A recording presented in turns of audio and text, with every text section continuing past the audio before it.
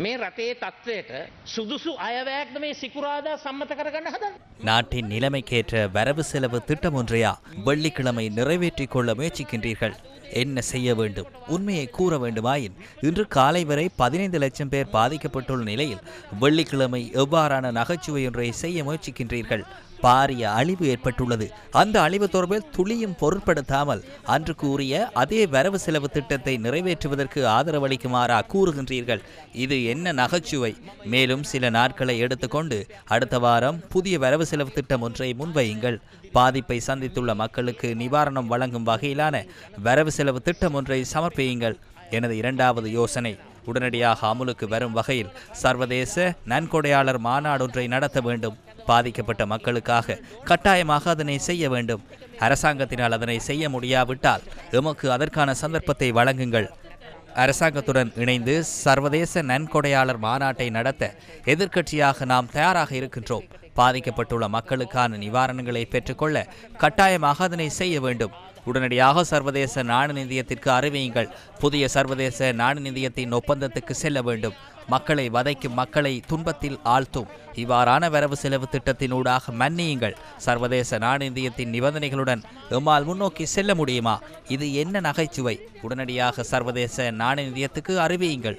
உங்களால் அவர்களுடன் கலந்துரையாட முடியாவிட்டால் எம்மையும் தொடர்படுத்திக் கொள்ளுங்கள். உங்களால் கூற முடியவில்லை என்றால் கூற வேண்டிய விடயங்களை நாம் கூறுகின்றோம். உடனடியாக நிபந்தனைகளை ரத்து செய்யுங்கள்.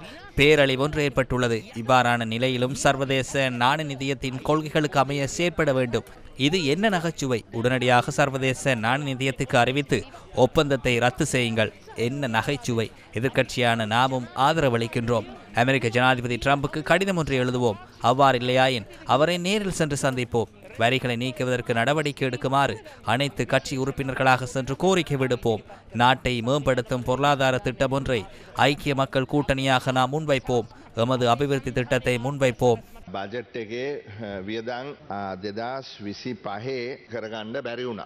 මුදල් ඉතුරු වෙලා තියෙනවා. 2025 ஆண்டில் வரவு செலவு திட்டத்திற்கான நிதியை ஈடு செய்ய முடியவில்லை. நிதி எஞ்சியுள்ளது. அவசர நிலைமைகள், அதாவது வீடுகளை சுத்தப்படுத்திக் கொள்வதற்கும் வீதிகளை புனரமைப்பு செய்வதற்கும் திரைச்சேரியில் 30 பில்லியன் கையிருப்பில் உள்ளது. மேலும் 20 பில்லியனை வேறு இடங்களில் இருந்து பெற்றுக்கொள்ள முடியும். அதாவது 50 பில்லியனை அடுத்த வாரத்தில் செலவிட முடியும். எனவே அரசாங்கத்துக்கு தேவையான சகல நிதியும் கையிருப்பில் உள்ளது. எனினும் 2026 ஆண்டில் நிதி தொடர்பான பிரச்சனை ஏற்படும். பொது நிதி முகாமித்துவ சட்டத்தின் கீழ் 13% முதன்மை செலவினம் அடுத்த வருடம் அதிகரிக்கும். அத்துடன் இணைந்ததாகவே சர்வதேச நாணய நிதியத்தின் ஒப்பந்தமும் உள்ளடங்கியுள்ளது. எனவே இது தொடர்பில் சிந்தித்து பொது நிதி முகாமித்துவ சட்டத்தின் 14வது சரத்தின் கீழ் தேவையாயின் முன்னோக்கி செல்ல முடியும். எனவே சர்வதேச நாணய நிதியத்தின் ஒப்பந்தம் அவ்வாறு இருந்தாலும் பொது நிதி முகாமித்துவ சட்டத்தின் அடுத்த வருடமும் தேவையான நிதியை பெற்று செலவு செய்யும் இயலுமை இருக்கிறது.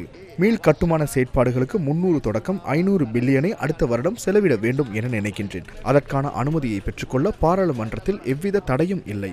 திரைசேரியில் போதிய அளவு நிதி அடுத்த வருடம் தேவையான அளவு நிதியை பெற்றுக்கொள்ள முடியும். இழப்பீடுகளுக்கான செலவு என்னவென்பது சரியாக எமக்கு தெரியாது. சிலர் $3 பில்லியன் என கூறுகின்றார்கள். 2 வாரங்களில் சரியான இழப்பீடு செலவை சமர்ப்பிக்க உள்ளதாக மத்திய வங்கி அறிவித்துள்ளது.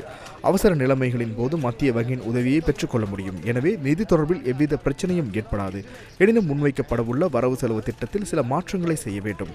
அன்று இருந்த நிலைமை இன்று இல்லை. எனவே அவ்வாறானதொரு உறுதியை மீண்டும் ஏற்க வேண்டும்.